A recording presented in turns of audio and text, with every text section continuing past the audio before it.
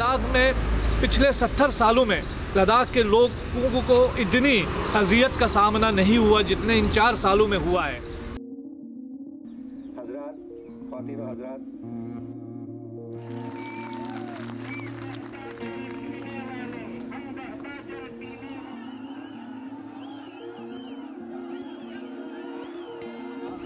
कि on the floor parliament में माननीय अमित शाह जी ने ये कहा था कि लद्दाख के जो दो एग्जिस्टिंग काउंसिल है, एक लेह ऑटोनोमस हिल डेवलपमेंट काउंसिल है, एक कारगिल ऑटोनोमस हिल डेवलपमेंट काउंसिल है, इन दोनों काउंसिल्स को एम्पावर्ड करा के लोगों के आवाज़ को आगे बढ़ाने का जो एक उन्होंने प्रॉमिस किया था, उस प्रॉमिस को पिछले 3 सालों से पूरा नहीं हुआ है।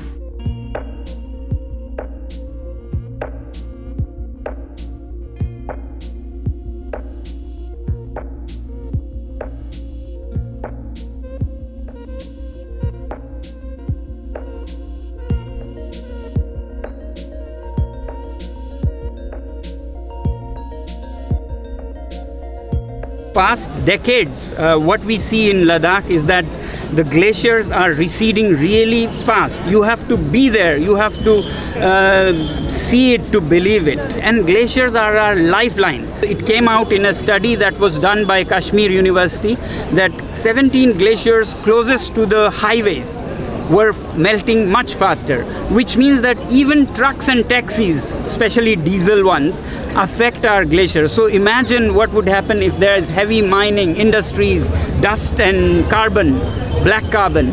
They'll be gone in no time.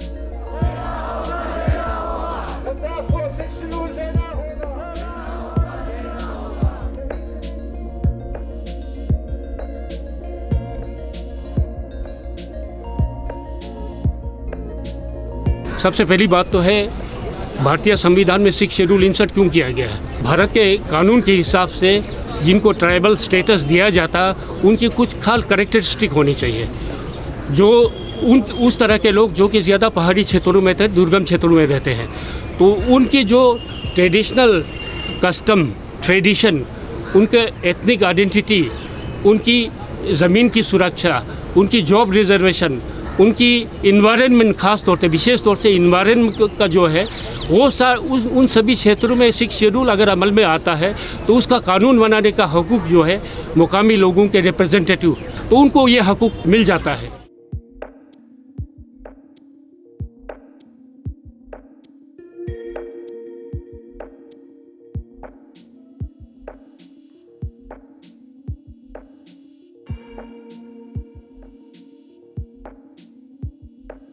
इसीलिए हम डिमांड करते हैं कि लद्दाख का फेडरल स्ट्रक्चर मजबूत करने के लिए लद्दाख को स्टेटहुड दिया जाए। लद्दाख के इन तमाम जो ट्राइबल पॉपुलेशन है और यहाँ का क्लाइमेट है उसको मजबूत करने के लिए 6 शेड्यूल दिया जाए, जो हमारे कॉन्स्टिट्यूशन में एक बेहतरीन हल है। और तीसरा, यहाँ अर्ली रिक्रूटमेंट हो, लद्दाख पब्लिक सर्विस कमीशन बने, और साथ साथ में यहाँ के लोगों की रिप्रेजेंटेशन को मजबूत करने के लिए पार्लियामेंट में लेह और कारगिल को अलग से कॉन्स्टिट्यूंसीज बनाई जाए।